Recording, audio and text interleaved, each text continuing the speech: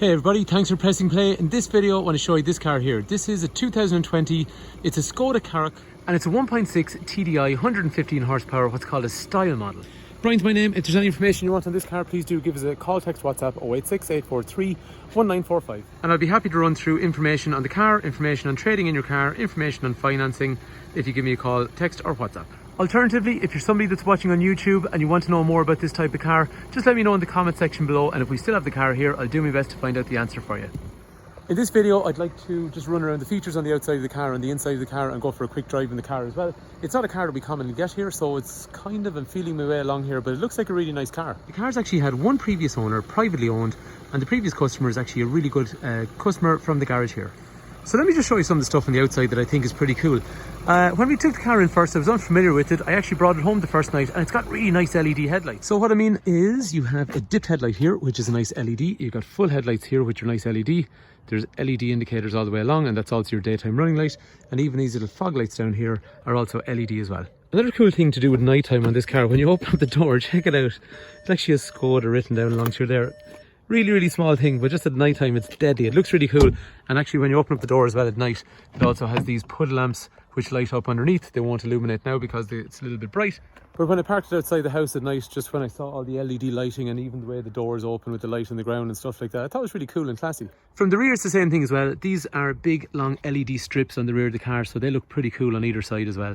The other thing that's caught my attention on this car then are the wheels. They're actually an 18-inch alloy wheel. And actually I think they complement this silver car really well. So they look really big actually, and they look nice because the car is silver and it's a similar colour wheel as it is to the body of the vehicle. Another cool feature as well is it has these roof rails. A lot of the time I find roof rails are flat to the car, whereas these ones actually stand up much higher and they give it a much higher stance overall. I'll admit these are actually a car I'm reasonably unfamiliar with, but actually the more I've looked around it, the more impressed I am by it. After that then, in terms of other features that are nice around the car, has a nice chrome surround around the windows, and those rear windows look to be privacy glass on the rear and just UV tint on the front then. And another thing I just figured out actually, there is lock and unlock, so you can use the keys like a lot of cars to let the windows down, or similarly let the windows back up if you want. But the other thing as well is it has keyless entry, so if I put this in my pocket I can just walk up to the car, put my hand in, and it allows me to access the car. Or similarly I can close the door just touching the little stripe along here, and it brings in the wing mirrors and locks the door for me as well. Another actually point of note on this car, this is exactly how it was traded in. We have not cleaned this car yet. I literally gave the car the world's quickest power wash on the outside, but inside this is how it was traded in. So things I see here, there's a mat here which actually is useful because it protects the original boot underneath. Down through here then there is a spare wheel, and after that the boot is quite big and there's nice little bit of LED lighting over here. Small bit of storage over through here, warning triangle up through here, and then these little hooks if you want to tie stuff and anchor it down. These little handles along here also allow you to drop the seats. And I'll tell you what, they drop really fast compared to some of the other cars I've seen. Once they're dropped down then you have this nice big load area if you have anything awkward that you want to transport. And up here there's one feature I always liked on German cars, Skodas and Volkswagens. Rather than having a handle, you can just pull this, which obviously if you're vertically challenged is going to be very useful, rather than having to reach up for a big high handle. In terms of the rear, there's another neat little trick here. So if I let this armrest down, it's got a ski through, which means I can actually access the boot with that area. Okay, it's called a ski through because obviously people sometimes used to put skis, but just for accessing your stuff in the boot it's really handy. And as you can see then, that actually contributes to space where an armrest can drop down from, with 3 drinks holders. Again, reminding you, I have not touched this car yet. This is exactly how it's come in. So 3 head restraints across the back, 3 3-point safety belts.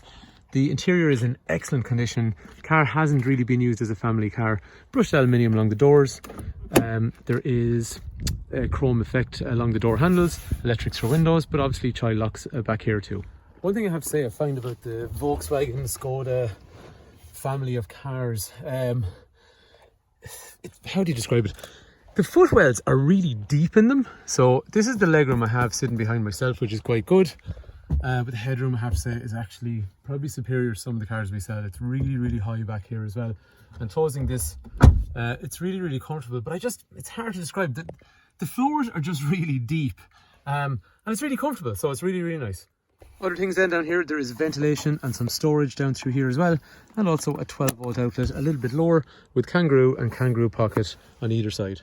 And I quite like the way the lights are in the roof. They're not directly over your head, they're kind of facing back at you. But they're a nice finish when it comes to LED, and they're very easy to use. Like I was saying, the more time I actually spend looking around this car, it's definitely a worthy competitor to any of the cars that we sell here. And I think this car in particular, compared to the price of a brand new one, represents really excellent value. Up front, there is electrics for windows and mirrors over here. There is a set of headlights I left on by accident. After that then, I quite like the material on the seats. Sorry, not the material, well, the material on the seats is nice. I like the shape.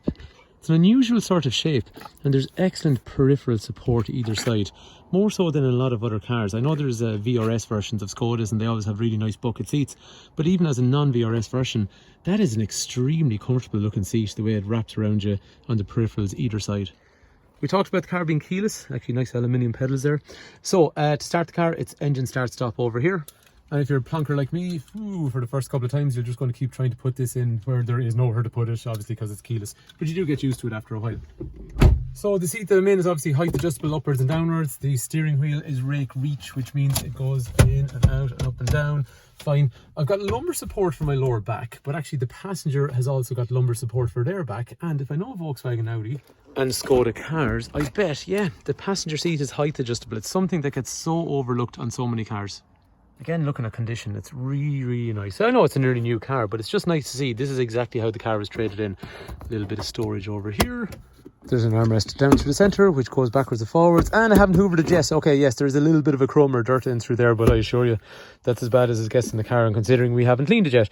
Drinks holder, coin holder, I don't know, square holder, whatever goes in there. Automatic park brake, auto stop start and traction control. And then there's 6 forward gears on this one.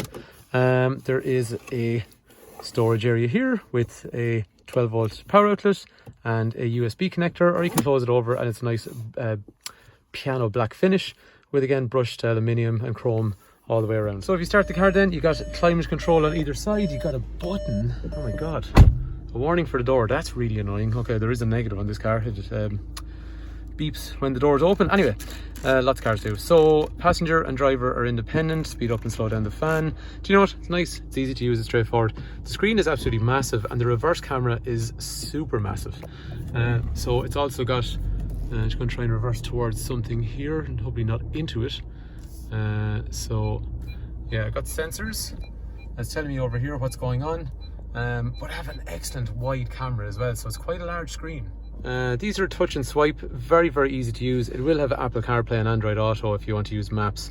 I like the way the whole German car, Audi and Volkswagen and Skoda, they have these kind of setups now, and they're doing a good job. I have to say, they do some better than some of the Japanese manufacturers, in fairness to them. So it's very easy to use, and it's got really everything that you're going to need. Everything you need includes Bluetooth, reverse camera, navigation, Apple CarPlay, Android Auto, so you can use Google Maps or Spotify. But like you're saying, it has maps on it already anyway. The clocks, they're simple, but they're big and they are functional, and I think they look pretty nice. After that, then you can toggle through the different menus. Again, it's just neat and tidy the way they do it. Do you know what it is? It's actually intuitive. I have to say, the screen and this screen here, they're very intuitive. They kind of work the way you'd expect them to work. Which is quite nice and refreshing compared to a lot of modern cars. Down here, the lighting can be automatic if you leave it on automatic. The wipers over here, straightforward enough to use. And then after that, we have cruise control as well with a speed limiter. Gotta admit, this is actually a really nice car. And I suppose we're selling it, so that is, not that I admit it, but just compared to some of the other cars we sell, sometimes you just get tunneled into your own brand and you don't realise just how good other cars are out there. This is good. One other thing actually before I get going is this electrochromatic, so it actually darkens itself at night time. That is a sunglasses holder. They're getting rare actually in a lot of cars, because up here you have an SOS function, and again, nice LED lighting along through here as well. With regard to how it drives, there's really nice gear shift. The steering feels really nice, like everything feels really good in this car. But then again, you'd expect it, it's a nearly new car. But in terms of how it accelerates, it performs really well. It is a 1.6 diesel engine, but it has 115 horsepower. In terms of how it feels on the road, I describe it, it feels really tall.